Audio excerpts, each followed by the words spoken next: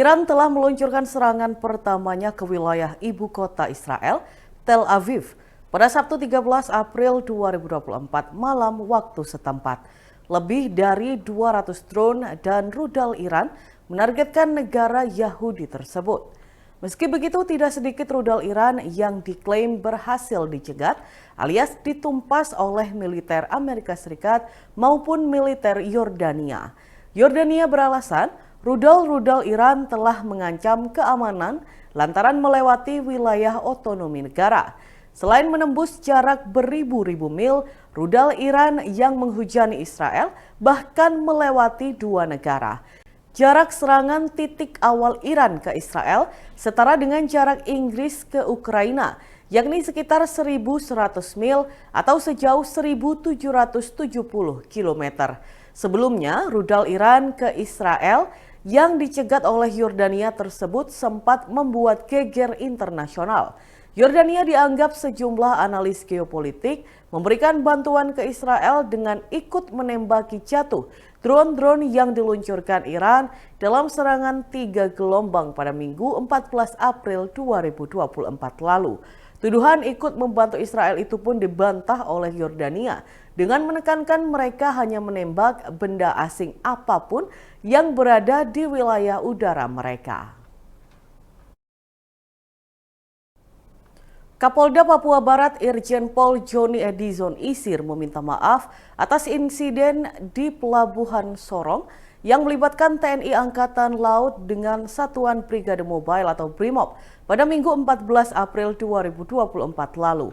Insiden tersebut menyebabkan 4 anggota TNI AL mengalami luka dan kini sedang dalam perawatan medis. Sedangkan dari BRIMOB terdapat 1 personel yang tengah dirawat di rumah sakit dan 5 personel polisi sudah kembali setelah dirawat di rumah sakit. Kapolda juga menyampaikan permohonan maaf kepada pihak Pelindo Sorong atas kerusakan fasilitas yang terjadi selama insiden berlangsung. Isir menegaskan pihaknya tetap berkomitmen untuk menjaga solidaritas dan sinergitas dengan TNI yang berkedudukan di wilayah hukum Polda Papua Barat. Dalam hal ini, Pangko Armada 3 Pangdam 18 Kaswari. Kapolda juga menegaskan bahwa ia berkomitmen untuk melaksanakan langkah penyelidikan secara utuh terkait insiden antara anggota Polda Papua Barat secara tuntas. Pihak TNI AL dan BRIMOB Polda Papua Barat juga telah melakukan mediasi terkait insiden bentrok di Pelabuhan Sorong, Papua ini. Kepala Pusat Penerangan Mabes TNI, Majen TNI Nugraha Gumilar menjelaskan peristiwa bentrokan terjadi di pintu masuk ruang tunggu keberangkatan kantor Pelindo 4 Sorong, Provinsi Papua Barat. Perkelahian itu dipicu oleh teguran seorang anggota TNI AL, Marharlan 14 Sorong, kepada personel BRIMOB Polda Papua Barat yang berada di lokasi. Namun, ia tidak merinci konten dari teguran tersebut. Teguran itu kemudian menyulut kesalahpahaman yang mengakibatkan bentrokan antara kedua belah pihak. Saat ini, pihak TNI dan Polri telah meningkatkan pengamanan di lokasi untuk mencegah terjadinya konflik lanjutan antara kedua belah pihak.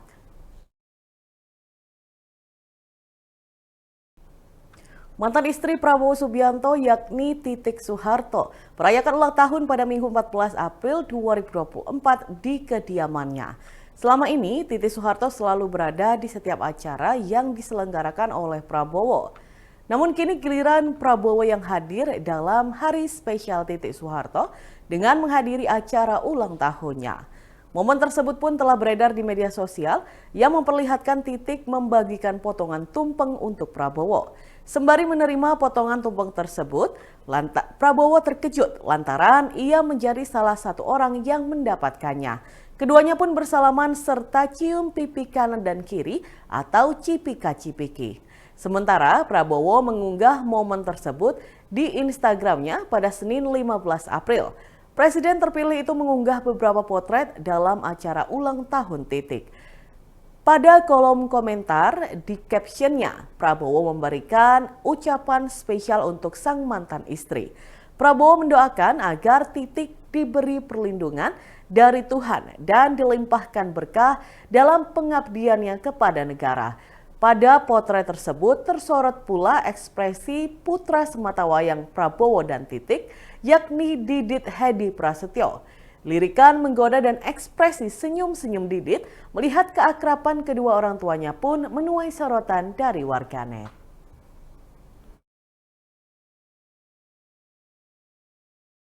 Ekspresi kaget terpancarkan dari wajah para supir bus saat melintas di Kabupaten Sampang, Madura pada Senin 15 April 2024 pagi. Mereka diberhentikan oleh sejumlah anggota Satlantas Polres setempat saat berada di Terminal Trunojoyo Sampang untuk menjalankan tes urin. Satu persatu supir bus mulai dari antar kota antar provinsi, antar kota dalam provinsi hingga bus pariwisata digiring ke lokasi tes urin tepatnya di sebelah pojok timur terminal. Para supir bus langsung melanjutkan perjalanan pasca menjalankan tes urin dan diketahui hasilnya negatif dari narkotika. Kapolres Sampang, AKBP Siswantoro mengatakan, tes urin dilaksanakan untuk memastikan keselamatan para penumpang di tengah puncak arus balik mudik Lebaran. Ia juga menambahkan bahwa tes urin dilaksanakan secara kontinu karena puncak arus mudik berlangsung selama 3 hari mulai dari tanggal 14 hingga 16 April 2024. Selama kurang lebih 2 jam pelaksanaan, terdapat 17 sopir termasuk kernet menjalankan tes urin dan hasilnya semua negatif.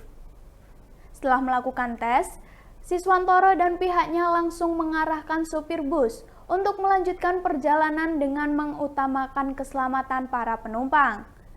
Dan Tribuners, berikut kita simak bersama video wawancara dari Kapolres Sampang, AKBP Siswantoro. Terima kasih rekan-rekan sekalian. Kita pagi ini sengaja melakukan kegiatan tes urin ya untuk pengemudi bus dan kendaraan lainnya kaitan dalam rangka kegiatan operasi ketupat Semeru 2024. Kegiatan ini adalah untuk mencegah jangan sampai ada supir bus ataupun supir mobil yang ingin mengemudikan jangan sampai ada terindikasi amfetamin ya. Jadi kalau bisa kita cegah, kita berhentikan di sini. Untuk saat ini kita alhamdulillah tidak ada yang terindikasi ya, semuanya negatif. 17 jadi kita ada 17 sementara yang masih kita cek. Ini harus puncak arus balik ya, kita sebelumnya akan dibawa continue ya, yang intinya kita untuk mencegah terjadinya kecelakaan ya, kalau misalnya pengemudinya tidak terkontrol ya, nah, akan terjadi kecelakaan. Kalau ini kan kita bisa mencegah ya hal-hal yang berakibat fatal ya. Untuk puncak arus mudik sendiri kapan ini? Dari mulai tanggal 14 ya sampai dengan hari ini sampai dengan besok ya. Sebuah bus dengan nopol S7913UA gagal ngeblong di Jalan Raya Bojonegoro Babat, tepatnya di Desa Kalisari, Kecamatan Baurno, Kabupaten Bojonegoro ketika lalu lintas setempat memadat pada Minggu 14 April 2024 sore. Aksi nekat awak bus trayek Bojonegoro Surabaya yang berangkat dari Terminal Rajek Wesi Bojonegoro ini dirintangi atau digagalkan oleh mobil Avanza. Atas hal tersebut, awak bus dengan PO Margojoyo itu marah dan tidak terima. Awak bus pun turun dan cekcok, lalu baku hantam dengan pengemudi Avanza yang merintangi aksinya. Insiden baku hantam antara awak bus dengan pengemudi mobil Avanza ini direkam oleh pengguna jalan lain, lalu viral di media sosial. Kasat Lantas Polres Bojonegoro, AKP Anjar Rahmat Putra, membenarkan kekisruhan di jalanan itu terjadi di wilayah hukumnya. Pada Minggu 14 April 2024 malam, pihak kepolisian memburu bus Margojoyo beserta para awaknya yang tampil arogan tersebut dan berhasil diamankan pada Senin 15 April pagi. AKP Anjar mengungkapkan, dari hasil pemeriksaan dimaksud, diketahui bahwa bus PO Margojoyo yang membawa puluhan penumpang itu disopiri oleh Agus Pujianto, 35 tahun, warga desa Gedangdowo, Kecamatan Jepon, Kabupaten Blora. Diketahui, si sopir ini tak terlibat baku hantam. Yang persis terlibat baku hantam adalah Arif Sugianto, 26 tahun, warga desa Sumberaji, Kecamatan Sukodadi, Kabupaten Lamongan selaku kernet bus. Selain kernet bus berusia 26 tahun tersebut, yang terlibat baku hantam dengan pengemudi mobil Avanza adalah Vida Ababil Romadoni, warga desa Plesungan, Kecamatan Kapas, Kabupaten Bojonegoro selaku kondektur bus. Setelah mengamankan dan memeriksa 3 awak bus PO Margojoyo itu, bentuk penindakan lain dari pihak kepolisian adalah menilang Agus Pujianto selaku sopir bus yang bersangkutan.